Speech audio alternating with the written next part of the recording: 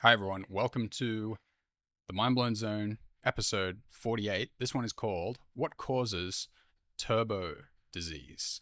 As we stand at what many recognize as a pivotal moment in human consciousness, a time when our creative energies appear amplified and our manifestation abilities heightened to an extraordinary degree, we are witnessing profound changes that demand our attention.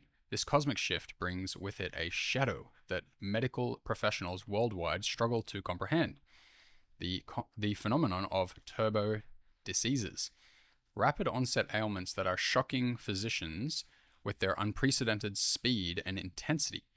Today, we shall explore how these accelerated manifestations are not merely coincidental, but are the direct result of our amplified creative energies working upon sustained discordant feelings, transforming our unresolved negativity into a physical disease at a pace that mirrors our elevated state of consciousness. The same forces that allow us to create more powerfully than ever before also accelerate the materialization of our persistent negative emotions into tangible physical ailments. Boom. Oomph. And it's really highlighted the three primary ideas that I've come to use when talking with people, about disease, and in particular, uh, that we'll discuss today, this notion of turbo diseases, which seem to be popping up all over the world. In fact, I just sent Matt a link to an article I'd seen a couple weeks ago about, it was from Australia ABC News, and it was this shocking, rapid onset cancer in Australians between the ages of 20 and 40. And of course, doctors were baffled, as per the mainstream article. Do you remember that? Yeah, I'm actually just pulling up the article right now. That It was says Australians aged in their 30s and 40s are experiencing unprecedented and, in some cases, world leading rates of 10 different types of cancer, and scientists are desperate to understand why. baffled. Yeah, so this is reached, this idea of turbo cancer, turbo disease, has reached the mainstream awareness, which is interesting. I was kind of, as I thought about preparing this podcast, I thought, well, many people probably haven't heard of this idea yet, only because it's not shared openly in the mainstream. But that article rapidly switched my impression, to say the Mm-hmm. least. So Yeah, I it's mean, when out I there. first looked for it, I barely found anything, and I was when you sent that, I was like, "Whoa, okay, yeah, for real." Yeah, it's certainly a popular topic in more alternative, quote, conspiratorial type forums and podcasts and so forth. So I'm glad to see that it's reached a wider audience, the idea at least, because it's an important topic we're going to discuss today. Sustained discordant feelings equals disease. First point you've got written here, Brad: not Yeah, happy equals not healthy. right. Those are the two simplest ways I try to express what causes our diseases to people. In the past, I've tried using various GNM, GHK, German New Medicine ideas and phrases and so forth, but they never quite landed right. But this one always seems to hit home. Uh, It's relatable. except for potentially the word discordant. So sometimes I have to turn that into discord when I say, dis-ease in your mind leads to discord in your feelings, which eventually leads to disintegration in the body. And people really hear that idea. So they get it, right? They go, oh, I get what you're saying. Yeah, and if anyone And wants a word that's just close to discordant, it would be non or inharmonious, really. yep, that's about the best synonym for it. And the not healthy, not healthy, happy, not healthy ideas is, right along the same line. When you're not healthy, when you're not happy, you don't feel good, right? Your unhappiness is a bad feeling. That's a discordant feeling or an inharmonious feeling. Mm-hmm. So there's, at the very minimum, you are psychologically unhealthy, right? If you're wallowing around in your unhappiness, it's not necessarily presenting yet as a physical disease, but that the marker, the thing that the telltale sign is your unhappiness about something, uh, will, if sustained, eventually lead to some form of physical disease. Mm-hmm. And I think let's identify the key feelings, the key discordant feelings, which, if sustained, lead to disease: worry, blame, complaining, criticizing, resenting, regretting, shame, guilt. Yeah, those are Uh, the yep, big nasties for sure. yep. You can come up with a couple dozen more words that all revolve around those basic ideas. But I always say worry, blame, and complaining are the big three that people are unwittingly emanating on a regular basis. Mm-hmm. And while doing those things occasionally or for a few minutes or an hour or two don't lead to the physical diseases, it's typically the sustaining of those over lengthy periods of time, which eventually result in some form of physical disease or ailment. Mm-hmm. And this becomes easier and easier to notice. Uh, like, before I could notice any of this, I was like, when I got sick, I'd be like, oh, I caught a virus. Right. um, and then, a bit later, I moved a bit on from that, and I thought, okay, it seems like when I'm really have bad emotions, maybe my immune system gets weakened, and then I'm Mm-hmm. more susceptible to physical things going wrong. Mm-hmm. But nowadays, it just seems like this direct and fast relationship between these states of consciousness and physical painful symptoms. It's just like, oh, I'm gonna feel sick now. Okay, Right. or like I already feel sick. Like, it's just so direct Yeah. these days.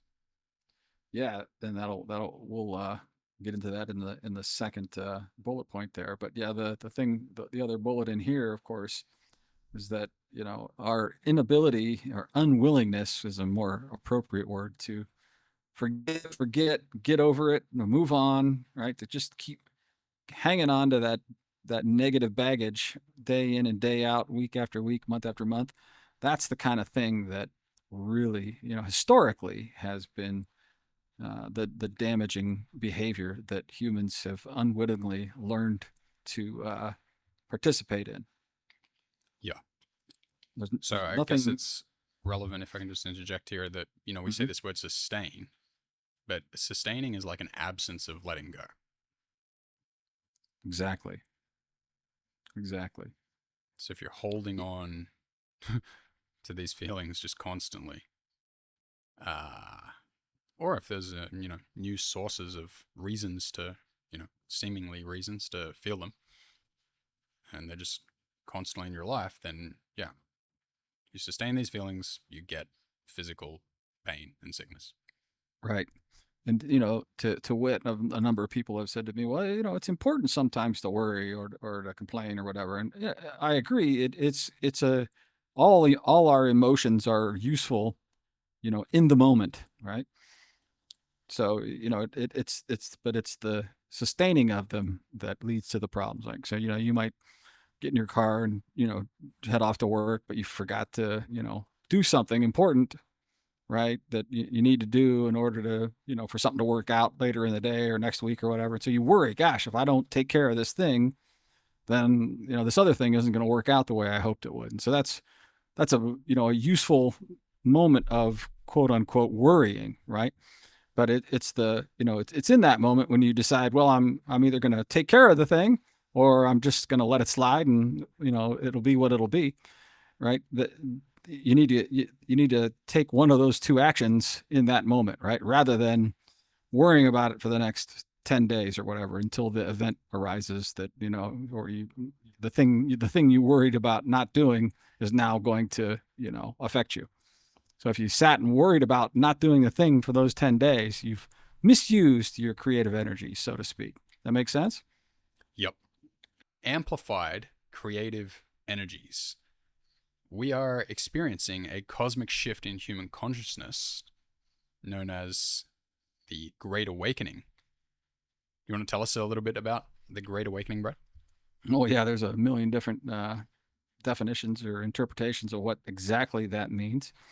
But the essential idea is that we have been in a dreamlike state for many millennia, and it's what's led to the irrational, insane behaviors that humanity has been participating in through that period of time, because we're simply not awake to or aware of the truth of who we are in this reality and so forth. So this notion of a great awakening is that our consciousness is being lifted up, as it were, collectively. And with that lifting of our consciousness, we need to take more responsibility for the energies that we are emanating. Does that make a little bit of sense? Yeah, and I'll just add in some practical observations related to Great Awakening. I think the most obvious one to people is AI. Nowadays, every single person has the ability to instantly speak to a kind, empathetic genius beyond, you know, levels of genius beyond all comprehension, and just get to absorb and experience that way of thinking, just like very level-headed reasoning. Um, so people's intellectual, uh, let's say, intellectual ability and reasoning ability is just like shooting up massively right now. So whether you want to look at this from the spiritual angle or whether you want to look at this from a total observable practical, here it is right here in reality, like there is like a waking up in consciousness and intellect that we've never seen before. Right. And my, from the sources that I consume, they would suggest that AI is a reflection of humanity's rising consciousness, not vice versa. Mm-hmm. Which the technocrats would like us to believe, of course. But So yeah, that's a good example. what we've got next is this rise in consciousness comes with great responsibility. Uh, because it's not just that our ability to think and reason and create and do great things or understand greater things increases. Like, you can't just increase that without increasing all the possibilities that that thing can do. Like we mentioned in the previous video, things about like worry and blame and complain and criticize and resent. Like our abilities to do that even more intensely, they're increasing as well. Do you notice that, Brett? Oh yeah, and in fact, when I first brought this up to you, you kind of cut me off, and you were like, "Oh my God, I totally have been experiencing this." And you gave me a few practical examples. Then I laid out like 4 or 5 people that I had talked to, and when I started to explain this to them, they all instantly agreed that yeah, that was happening. I was all in the negative direction, of course, but yeah, it's they were seeing what I've been trying to say for many years, that as our consciousness rises, we get less leeway. It's almost like our leash has been shortened on how we can get away with acting like we're completely like we're little children, basically. Oh And yeah. that's how it's been for many millennia, right? In the manifestation law of attraction world, right? People always complain about the idea that it takes so long to get the thing, to get my stuff, right? And there's a reason for that. It's because there's a delay, right? There's a period of time where you solidify or lose your quote unquote manifestation, and it's because we have this free will ability to do all this worrying, blaming, and complaining, which if our manifestations happened quicker for us, then we would manifest even worse scenarios for ourselves, because we're unaware, we're unconscious to this negative behavior that seems to be endemic in most of the Western world. Yep. Does that make So sense? Go ahead. so on one hand, like for like the way my, let's say, manifestation powers of increase is that I can do a month's worth of productivity in less than a day, like half a day. I can talk to the AI. I use Claude, just if anyone's curious, to do programming, and I can put in, about 5,000 lines of code and say, yeah, here's where I'm at with this particular thing, and I'm trying to do this thing. So can you give me all the code that I need to do that? And he's like, yeah, here's 2,000 more lines of code for you. And boom, Right. boom, boom. And I make this massive change in this application that I'm working on. Okay. That would normally take me, well, at least a month, maybe 2 months, right? It's like it can stream through in like an hour, right? So it's like Right. these massive changes imposed on reality. But at the same time, does that mean that I can get a month's worth of physical symptom manifestation from a day's worth of worry, And it Yeah. sometimes feels like that. It feels like the path I have to walk these days is way more narrow than it used to be. Like I can't screw it up at all, you know? Yeah. You're more rapidly, the boomerang comes back a lot quicker, and that's important, right? And it's worth noting. I was going to say in my when I finished my last statement that these creative energies are equally as powerful in the positive direction for us, right? So Hmm. that instant manifestation that everybody's hoping for is starting to become more and more real for people, right? Yep. So you can and that's why your responsibility to be aware of, be conscious of yourself when you're feeling unhappiness and negativity of some sort is equally as important, right? And and when you're not aware of it and you're not unconscious of it and you let it get away from you, you're quickly reminded. In other words, you can connect the dots. Oh, I was, worrying and complaining all day yesterday and today I don't feel good. I wonder if there's a connection, right? Yeah. Versus a week or two in between the two events. Yeah. Yeah. Yeah. Yeah. So that's the kind of thing we're talking about when we say these amplified creative energies or accelerated manifestations, right? The sources I look at say it's the last time I heard was a couple months ago that it's depending on where you are in what states of consciousness you're in at the moment, your creative or manifestation abilities are 2 to 3 times more powerful than they were only a year ago. Ah, I So two feel to it even three higher. x. Yeah, could be right for someone that's at your level. It could be even more, but it just means it's just happening with more intensity and more speed than it ever has in the past. Yeah. And we just ask, in your own life, have you had bouts of negativity that struck you harder than usual? And in the positive, do you notice that you're more objective, more intelligent, more inspired than you used to be? Right. And along with any negative things you have experienced, most people have some pretty nifty, manifestation stories. I hear them every day from people, by the way. It's like, man, I couldn't believe it. It's this thing I've wanted for so long and it just popped into my world the other day. And, they're just overjoyed, tickled pink, a lot of them say by it, right? It's just like, it wasn't hard at all. And a lot of that is these people understanding that the negativity that they've been carrying around with them, if they can just kind of let go of it and focus their attention on anything other than the stuff they're unhappy about, magic starts to happen. There's massive, like, macro level changes in the world happening. Like, these institutions, government, media, legal system, education, these were just like these institutions that just stayed so constant for centuries. And now it's like there's these massive changes, like well, I would call them collapsing. Is that how Yeah. you would see Yeah. it, Brad?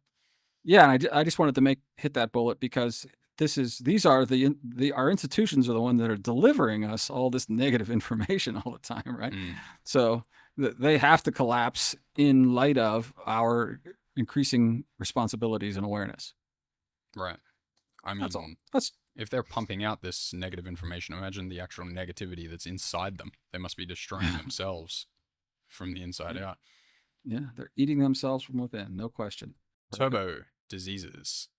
People have been talking about rapid onset diseases that have been shocking doctors and physicians around the world regarding how quickly they are arriving and intensifying. Do you want to tell us your observations, Brad? Well, yeah, most of the time, right? I see this as turbo cancer, as in the article that you shared from the ABC News Australia. And so, but it isn't just that, right? It's dementia, it's Alzheimer's, it's Parkinson's and MS. There's a huge variety of these things that are, speeding up. I mean, the word rapid onset has become, you know, uh, uh, a very common adjective when describing conditions of people in various, medical fields. And it's this that very thing, rapid onset, is the evidence of the accelerated amplified energies that we're in. Mm-hmm.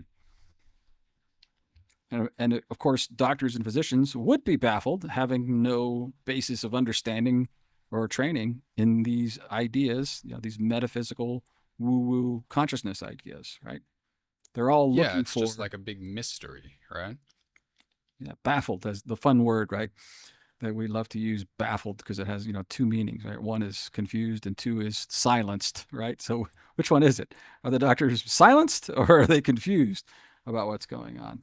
The few that do speak out on it tend to point to the worldwide COVID jab and its ingredients as the culprit, right? I mean, seeing that nothing else really changed in the last 20 or 30 years except that, right? This is what they're all pointing to from their materialistic, brainwashing, of course, which is a reasonable thing to do.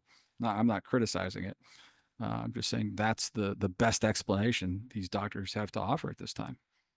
Yeah, if I could read from the article that we mentioned before, there's a section in the article that says, "What's changed?" And I'll do my mocking, I'll mock the journalistic voice to read this.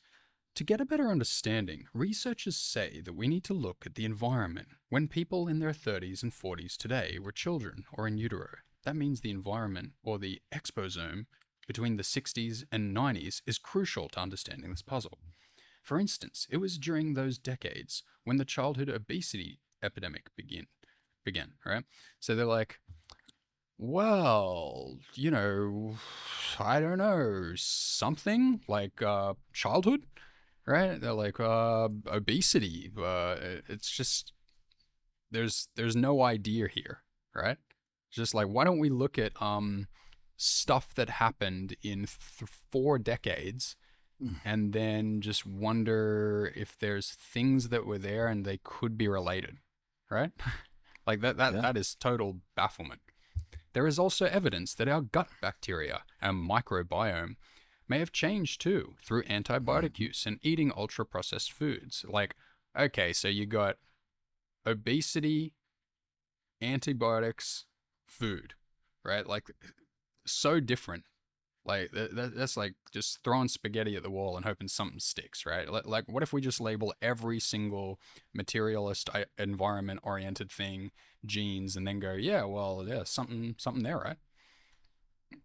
Yeah, that is the mainstream materialistic brainwashing model, and that what your little rant right there is true about all of modern Western allopathic medicine for the last 100 years. I find it to sound like when people like talk to the dead, like on those TV shows, and they keep saying, "Is there a gym? Is there a?" I'm picking up a. Oh wait, it's not a gym. Is it a Mary? Is it Mary? Yeah, Do you know right. a Mary? It's like as soon as you go, "Oh yeah, I was overweight when I was a kid." It's like, well, there you go. Right. Exactly. Did So, anyone have a father that passed on who had a pipe? Right? Like, okay. And he was bald, and oh yeah, that's my long lost father. Yeah, yeah, yeah. Those are good. yeah. Oh, I had an aunt who had not that cancer, but a different one. So maybe it's genetic in my family, right? Right. And then you just like sell yourself. I want to make it clear that we're not mocking per se the establishment in that sense. That's all we've ever been educated and trained on is to look to the material world for the cause. I wanted to point out before we hop too far that there are also plenty of people that are getting these turbo diseases that did not get the jab, right? Mm-hmm. So you would hope that they would be able to recognize that that can't be the causative factor, even if it's 80-20. What's the percentage of people who got the jab versus didn't? It's probably right around there, right? 70-30, 80-20. Yeah, and I think So that I would. is. You can finish, and I'll mention something after. No, I was saying, I'd expect the instances of turbo disease to mirror that, right? 80% got the jab, right? Or whatever. Yep. 70%. Go ahead. Well, I think that's always the way. When they propose some cause, you can always say, yeah, but there's people who got it that didn't have that exposure, and it's like you can't say that something causes something unless it's like a direct one-to-one causation. You can't have a bunch of people, like 20% of people, who did experience this supposed cause who didn't have the problem. Right. And then we can talk about That's complete failure. like you said earlier, when they tend to invoke at this point is the imaginary non-existent immune system. Right. So the ones who succumbed had the weaker, and the ones who didn't get the jab were exposed to shedders. Mm-hmm. There's always a way. If there's a will, there's a way. That you can't just check yourself, like that you would have to go and do like 3 years of research to figure out. So you're just like, well, I don't know, maybe. Right. Okay. Precisely.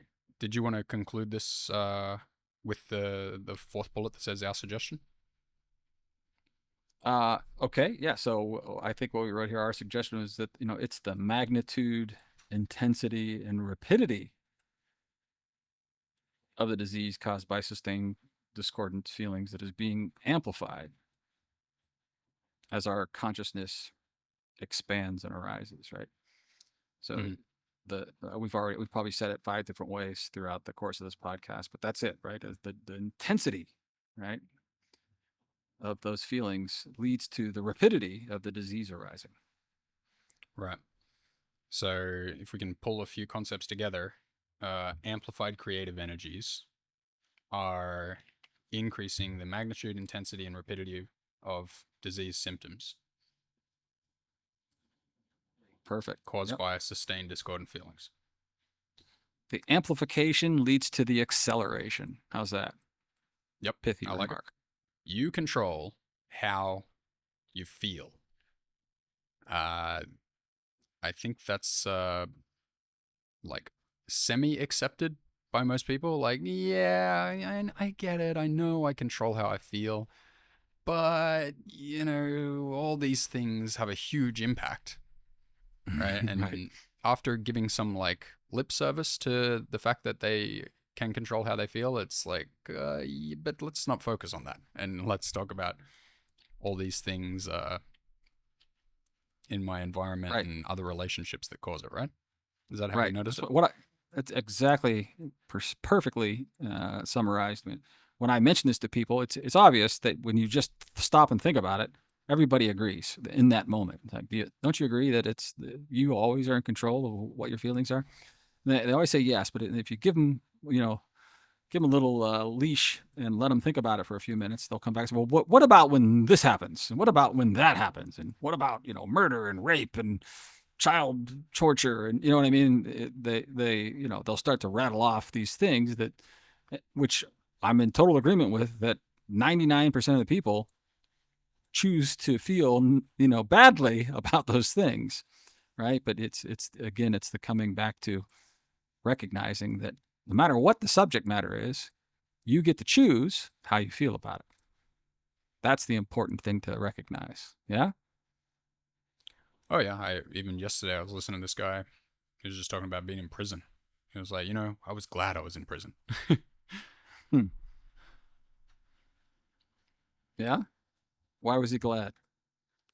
Yeah, because he realized that he'd done a bunch of bad stuff, and he, He if he didn't get deserved put it. in prison, he That's would why. have had some time to sit there and think about it. Right.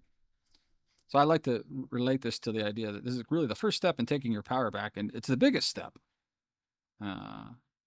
It's actually, if you stop and really ponder this for a minute, it's the only thing that you actually can control is your feelings. You can't control what your significant other or your neighbor or your boss or the president says and does, right? You can't control any of that. I mean, you can try all you want, but you can't really control any of it. And the irony of it is that it's almost been perfectly inverted, right? Where it's now we try to control others, telling them what they can and can't do around us or should or shouldn't do around us. And when they don't behave according to our desires, we snap and freak out on them, right? So it's almost been perfectly inverted, if you see what I'm saying, which I hope Yeah, you I've do. been trying to Yeah, break the inversion. I'm kind of more at now, like, I don't blame you. I'm not angry at you, but I do not like that. And please don't do it. yeah. That's what So that's that kind of like it. halfway. Yeah, you don't go from you don't flip the script, overnight, right, or in a month, right? It takes time, and there's other things, deeper lessons that you can learn to affect great faster and greater change for yourself. But that's the basic idea: is once you realize you're in control of it, right? Not your husband or wife or boyfriend or girlfriend or boss, right? They don't control how you feel; you control it. And once you see that, I mean, really see it, even when they're behaving badly and everybody agrees they shouldn't do this, and that's a thing that people shouldn't do. We all agree, right? No one's saying, that the thing they're saying or doing is nice or good, but that's not the point. The point is that you could choose to not feel badly about it. That's the only point. Yeah, Hmm. We do concede. We've got it written here. The behavior of the person is making it difficult to control how you feel. right. That's the way we've been conditioned to think and behave. Right. I like to talk. I always tell people about little kids. Right. I don't know. This was a thing. Apparently, this is a Gen X boomer and beyond thing. You got to be 50 and over, so you may not remember this, but the little we had a little thing we said on the playground or when we were playing with little kids, which when someone said something mean to you, you'd say, "Sticks and stones may break my bones, but words will never hurt me." Hmm. Did you Oh have that yeah. when you were a kid? Oh yeah. So, the kids kind of get it, right? They before they get totally brainwashed into adult insanity, the kids get it, right? It's like, yeah, you can say whatever you want. It doesn't bother me. Right? It doesn't hurt me. And they're absolutely right. And if you even look at little young children, let's say from age, 4 to 7 age group, and some another kid says something mean to them or whatever, it doesn't bother them. They're like, yeah, whatever. They just kind of go about their business, and it's the parents that are shocked that, oh, Susie, you should never say those things to your brother. That's mean and unkind, and that hurt his feelings. And the brothers over there like going, yeah, whatever, just give me my Play-Doh or whatever. He could care less.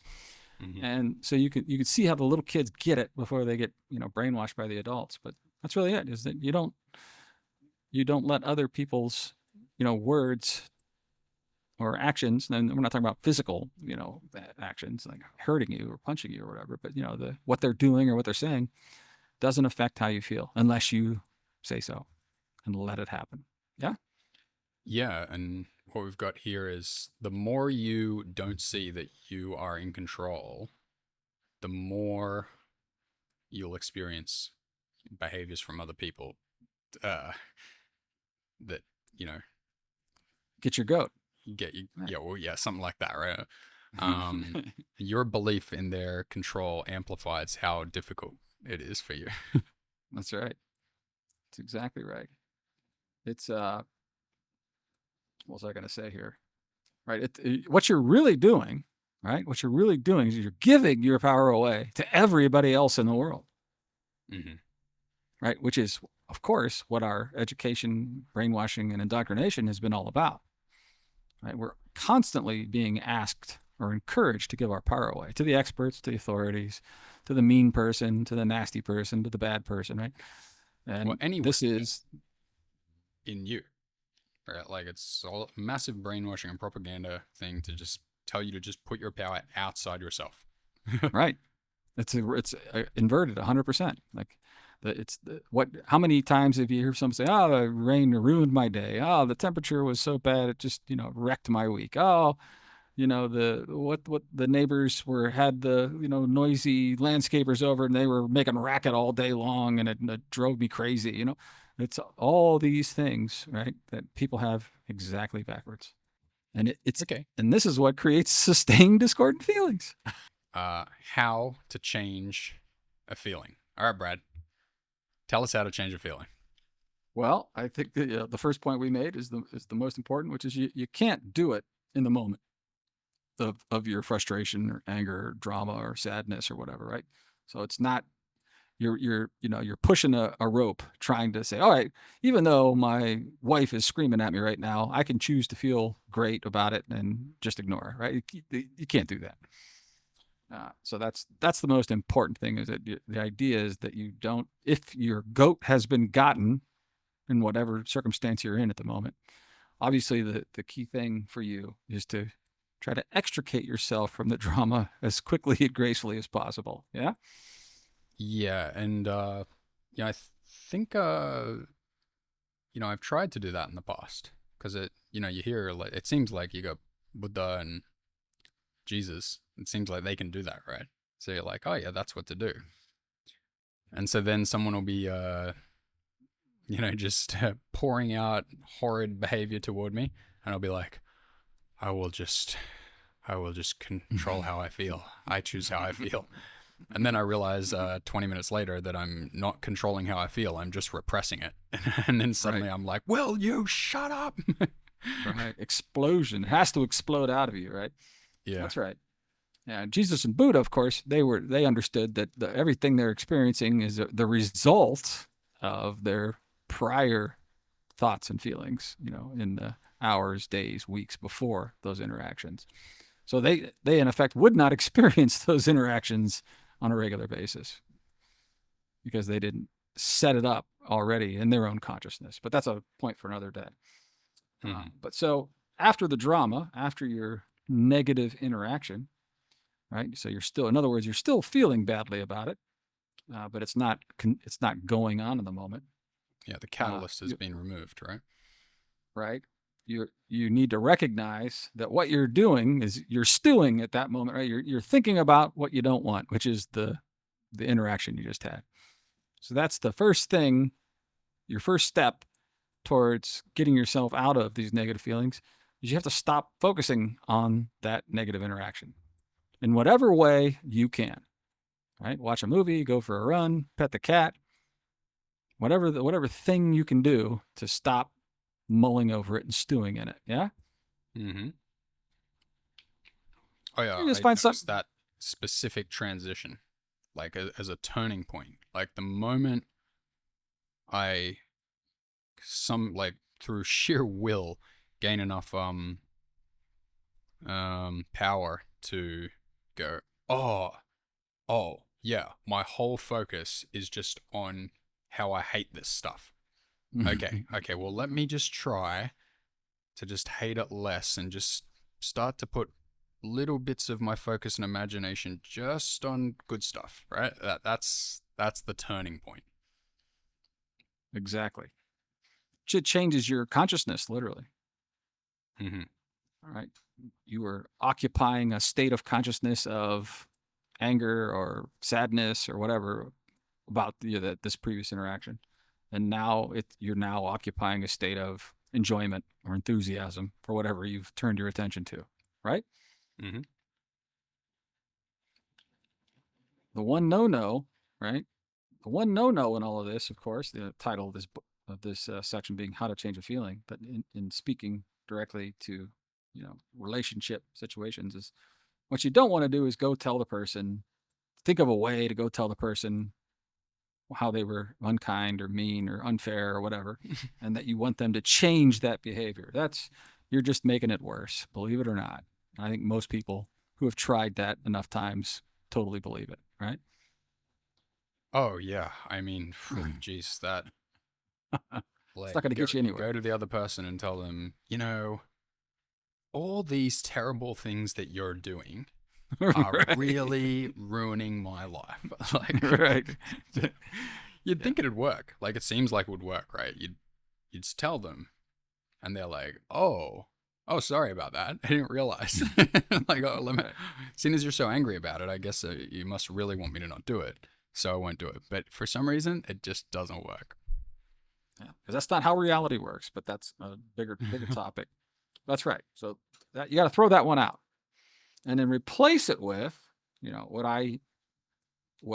my favorite technique. I mean, you can come up with your own ideas around this, but this is the Neville Goddard pruning shears of revision technique, where effectively, later in the day or as you're getting ready for bed or whatever, is that you reimagine this interaction with this other person going the way you wished it would have gone.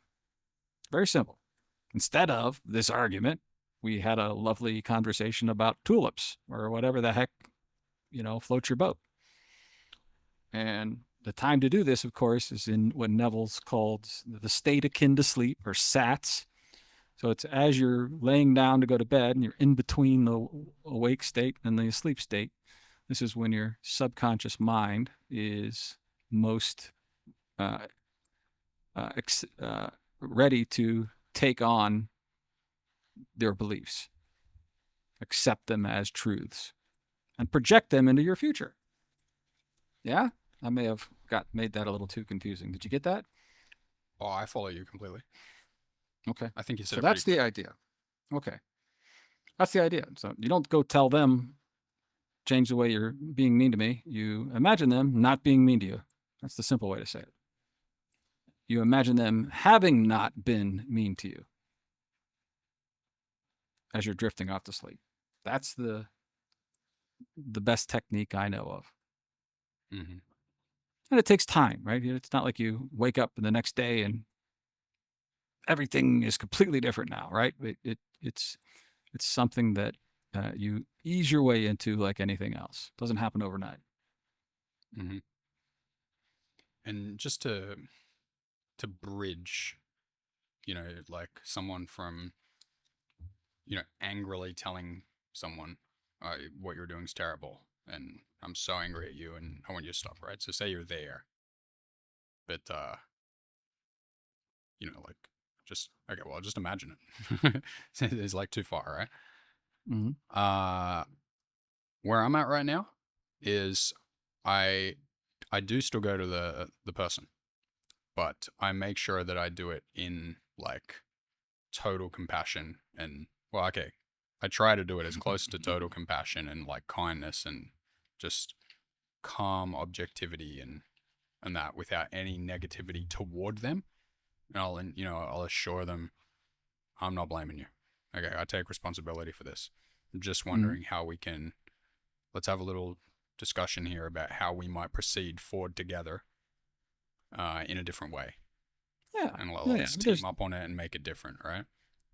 So Yeah. I don't think there's any problem in having a life and a reality and a belief system where you do cooperate with another person and suggest other behaviors to them, but do it, in good emotions. Yeah, and that's perfectly rational and reasonable, and absolutely nothing wrong with that. But all I would suggest is that you do that after you've done, a pruning shear session or two. Mm-hmm. So give it a few days. In other words, if you're, tackling a major relationship issue, for example, Mm-hmm. and you might find that there's a lot more receptivity to it than, an hour later or 4 hours later, that same day kind of thing. Right. Oh yeah, absolutely. So your last thing here is get into the feeling space of this thing in my life is how I want. Maybe that's a little vague. Do you want to explain what you're trying to get at there? Well, yeah, that's the SATS thing. I would probably should have been another sub bullet down there rather than a standalone bullet. But yeah, it's you're just saying this is how I would like things to be. And again, you're not trying to manipulate the other person into doing things that please you, or so, you know what I mean? That's Mm-hmm. more gray magic bordering on borderline black magic kind of stuff when you're saying, I want my wife to wait on me hand and foot and give me a massage every night and, wash my clothes and cook all my meals and, give me a kiss when I come home from work. And, you're really going overboard with it, into territory that you don't want to. But it's just, more like you wish you had more peaceful, loving, kind interactions with the person Right. is kind of what we're driving at here. Not that you want to control their behavior. Mm-hmm. That's really what you want. You're in a dark space if you're wanting to control all the actions of somebody else. Not where you want to be. Mm-hmm. Does that make sense? Makes a lot of sense. And that takes us to the end of this. So, anything you want to say in conclusion, Brad? Yeah, just a reminder. I think I came up with the pithy little saying there that the amplification of our energies are accelerating our creations, right? So if you can remember amplified and accelerated, you got the gist of this, podcast. And even though the subject is a bit incendiary, what causes turbo disease, hopefully you can take this information and flip it to the positive. So now that you understand the negative, right, now you can also imagine having more feelings of passion, enthusiasm, excitement, enjoyment, etc., around the things that you want in life. And you should see those things manifesting or happening more frequently and more quickly in your life. Every experience in Take Your Power Back, which is something you do over the good part of a year, gets you to notice bad feelings that you're doing, like a bad way that you're doing stuff that's causing pain for yourself and taking your power away, and then flip over here and experience a real positive feeling. And it just, like, in relation to the same thing that you're feeling bad feelings about, right? And just slowly but surely it just calms you down and stops you feeling bad feelings and starts you on feeling good feelings and better relationships with people in your life. Right. And It's very it's the you go ahead and I'll mention something else. I was gonna say it's a journey from victim consciousness to creator consciousness. That's what it is in a Yeah. nutshell. Yeah. If you're a victim, you feel powerless, and if you're a creator, you feel powerful. Yeah. And Which would you prefer? I explain it like, or it's this, it's that, it's this is what it does, this is what it does. But like, I think a lot of other people will just want to hear that I give this course to my personal coaching students. I say, yeah, you're going to go through this course now. Wow. They just come back to me saying, oh, that course.